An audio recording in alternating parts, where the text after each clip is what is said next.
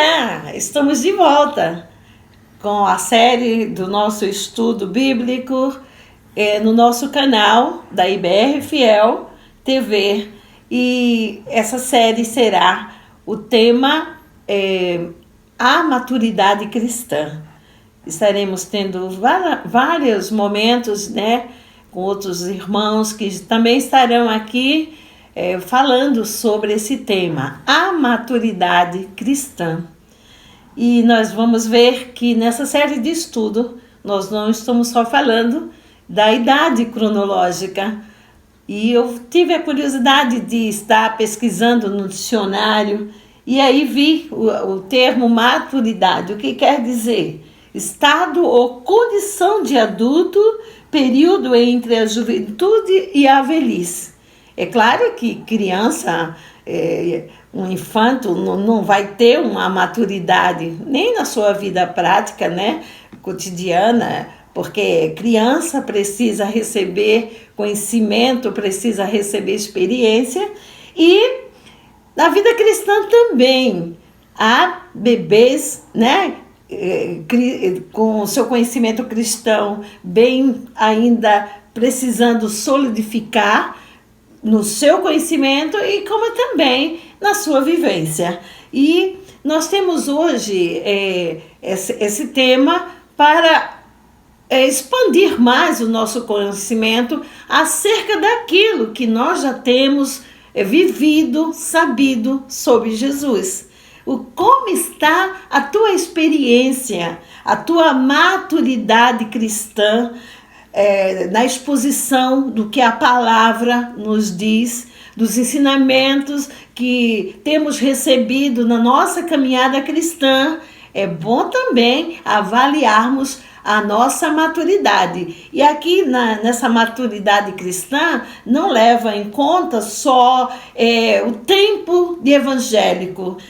Eu tenho 10 anos, 20 anos, 30 anos, 50 anos, mas existem pessoas que não têm crescido. Por quê? Porque não têm ficado exposto à obediência da palavra de Deus e se tornam meninos, assim como Paulo, em uma das suas cartas, falou, né? Queria vos falar como crentes amadurecidos, mas vejo que ainda sois bebês. Já pensou? Então nós precisamos estar pensando um pouco sobre que nível eu estou de amadurecimento da prática a palavra de Deus. E nós vamos nos deter hoje em Filipenses, da carta aos Filipenses que Paulo escreveu no capítulo 2, do 12 ao 18. Há muito ensinamento para nós nesta carta e eu vou estar lendo para nós, né, estarmos refletindo essas palavras que Paulo referiu-se aos irmãos em Filipenses.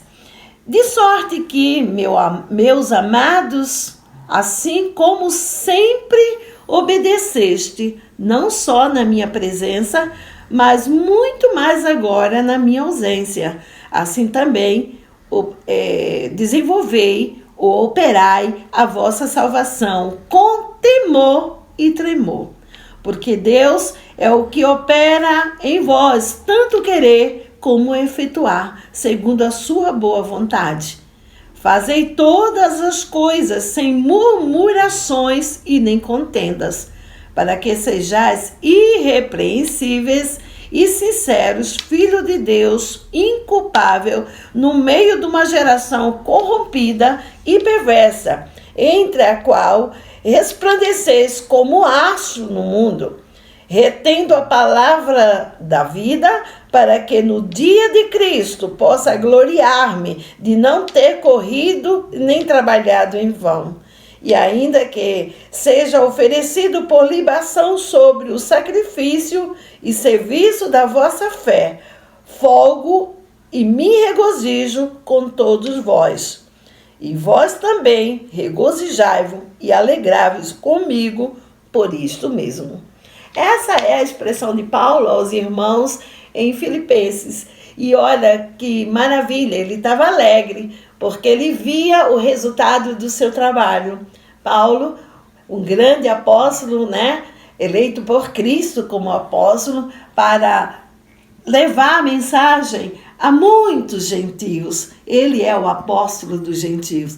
E ele estava dizendo que ficava feliz de vê-los firmes, obedecendo a palavra do Senhor. E uma das evidências de toda essa, do seu trabalho, nós podemos notar que ele tinha alegria porque o povo andava em obediência, procurava andar em obediência. E uma das evidências da nossa maturidade cristã é a obediência à palavra.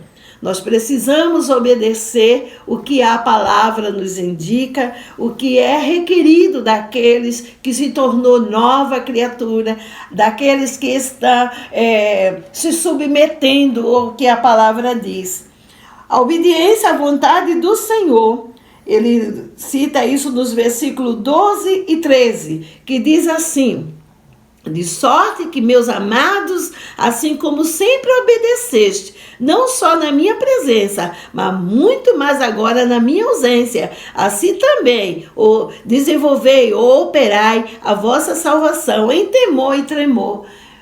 A nossa salvação, ela precisa ser desenvolvida. E ela é desenvolvida quando nós tememos e obedecemos o que a palavra de Deus nos diz. Não tem outro meio para que se alcance a maturidade cristã não obedecendo o que a palavra requer. E ele estava feliz, porque ele não estava lá com eles, mas eles estavam observando, ele tinha um temor, ele tinha um temor e tremor ao que a palavra de Deus requeria. E essa observância, essa evidência é necessário também que nesse tempo, nesse século, nesse momento, nós que temos todo esse aparato da palavra, possamos ser obedientes o que a palavra nos ensina. Como nos diz Tiago, né? Não sejamos só ouvintes, mas que sejamos praticantes e firmando aquilo que nós temos recebido da parte de Deus. E uma das evidências da maturidade cristã é obediência. Uma outra evidência da maturidade cristã é a boa vontade na realização da obra do Senhor. E está essa citação no versículo 14, quando ele diz: fazei todas as coisas sem murmurações nem contenda.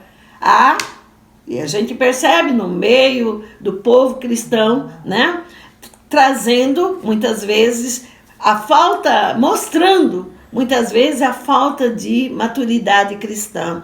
Faz o trabalho de Deus, mas faz por aparição, por competição, murmurando e com contenda, né, querendo aparecer, vamos dizer assim. E o apóstolo nos recomenda que não façamos nada por contenda e nem por murmuração. E isso não agrada ao Senhor. Sabemos que o povo de Israel também foram murmuradores, né? Quando saíram lá do Egito a caminho para a terra de Canaã. Quantos não entraram na terra de Canaã porque murmuraram, porque contenderam contra Moisés, contra Arão, e reclamaram, e olha, por suas murmurações e suas contendas, muitos deles pereceram na caminhada para a terra de Canaã. Então, precisamos observar como estamos demonstrando a nossa maturidade cristã. Será que estamos fazendo como murmuração? Nos nossos cultos, nas nossas participações, a contenda, a murmuração, a querer ser melhor do que o outro. Olhe, isso não agrada. Critica o líder, critica quem está na direção E isso não agrada ao Senhor e não nos recomenda a sermos maduros naquilo que a Bíblia nos ensina. Não digo que não tenhamos que melhorar cada vez mais, mas fazer isso sem contenda. Fazer isso em união, em concordância, observando, poderíamos fazer melhor sem contender, porque a desobediência não edifica o trabalho do Senhor e não nos recomenda diante daqueles que estão ao nosso redor. Portanto, meus irmãos, nós devemos nos aprimorar em obedecer a palavra de Deus. E uma terceira evidência é o testemunho que devemos dar diante a sociedade. E se encontra no versículo 15 e 16, que diz assim, Filipenses 2, 15 e 16, para que sejais irrepreensíveis, sinceros, filhos de Deus, inculpável, no meio de uma geração corrompida e perversa, entre o qual resplandeceis como astros ou como luzeiros neste mundo, retendo a palavra da vida, para que no dia de Cristo possa gloriar-me de não ter corrido nem trabalhado em vão. Esse era o desejo de Paulo para com aqueles irmãos. Temos uma responsabilidade muito grande quando dizemos somos cristãos. E o nosso modelo é Cristo. Se você diz que é cristão, você tem que parecer com Cristo em todos os teus atos e maneiras de viver. No falar, no agir, no ser, nos compromissos, na tua responsabilidade, a tua postura, porque ao receber Jesus, você recebeu o Espírito Santo, você agora é um representante de Cristo aqui na terra. E nós devemos ter essa consciência, ter essa maturidade cristã. Eu não vivo mais eu, mas Cristo vive em mim, assim como falou o apóstolo Paulo. E olha, quanto amadurecimento tinha Paulo, né? Sede meus imitadores, como eu sou de Cristo. Se você ainda não está neste nível, se eu não estou neste nível, eu preciso chegar a este nível de alguém olhar para mim e dizer... não só na aparência, na vestimenta, no modelo de cabelo, não. É na atitude, é no caráter, é na convivência. É na convivência que nós mostramos que nós somos e falamos aquilo que também não somos. Aquilo que a boca fala, daquilo que o coração está cheio. Então, nós devemos mostrar a este mundo que somos diferentes. Não podemos esquecer, né, de Pedro, no momento em que Jesus estava ali para ser crucificado, nas interrogações. E algumas pessoas disseram, você é um deles, Pedro. Você parece com ele, você se veste igual a ele. E Pedro negou naquela passagem onde Jesus disse que Pedro negaria 3 vezes. Você pode retornar essa citação e ver o quanto Pedro, depois de restaurado, né, o Senhor fez uma obra maravilhosa também na vida de Pedro. O amadurecimento cristão foi muito grande e aí ele foi identificado porque ele andava com Cristo. Então, meus irmãos, nós precisamos nos assumir como cristãos. E assim, né, chamou os irmãos da região de Antioquia cristão pela primeira vez, porque eram pequenos cristos que estavam ali a servir ao Senhor. E nós, nessa geração hoje, nós também precisamos mostrar que nós somos. Não é parecermos com ele para sermos aceitos pelo grupo, mas é nos identificarmos com Cristo a cada dia. E uma outra evidência é fazer as coisas ao Senhor com alegria, onde está escrito em Filipenses 17 e 18, que diz assim, e ainda que seja oferecido por libação sobre o sacrifício e serviço de vossa fé. Folgo e me regozijo com todos vós. E vós também regozijai-vos e alegrai-vos comigo por isto mesmo. Ainda que tenhamos que sofrer as duras perdas, né? Que sejamos açoitados, que sejamos oprimidos e quem sabe até mortos, devemos nos alegrar com isso, porque nós sabemos em que temos crido e nós sabemos a quem servimos e nós sabemos a quem devemos representar nesta terra, que é Cristo, o Senhor Jesus, aquele que deu a sua vida, deixou a sua glória e veio até nós, nos resgatou. E nós hoje devemos mostrar a quem servimos e a quem obedecemos e com quem nós queremos parecer. Eu não sei com quem você quer parecer, mas que cada um de nós possamos nos parecer com Cristo e saber que temos feito a sua vontade aqui nesta terra. Cresçamos em conhecer a Jesus cada vez mais e assim cumpriremos o propósito pelo qual Jesus veio, que foi para nos salvar. Assim como Paulo também foi transformado. E você sabe um pouco da história de Paulo. Se não sabe, vá ver como Jesus fez. E Jesus transformou a vida de Paulo. E nós também temos essa responsabilidade. Seja eu abençoada, seja você abençoado, seja todos aqueles que seguem a Jesus, amadurecido, fortalecido e se alegre, porque faremos assim a vontade de Jesus. Ele vai olhar e vai dizer, valeu a pena o meu sacrifício. E assim sigamos servindo a Jesus. Quero orar por você, quero orar por nós.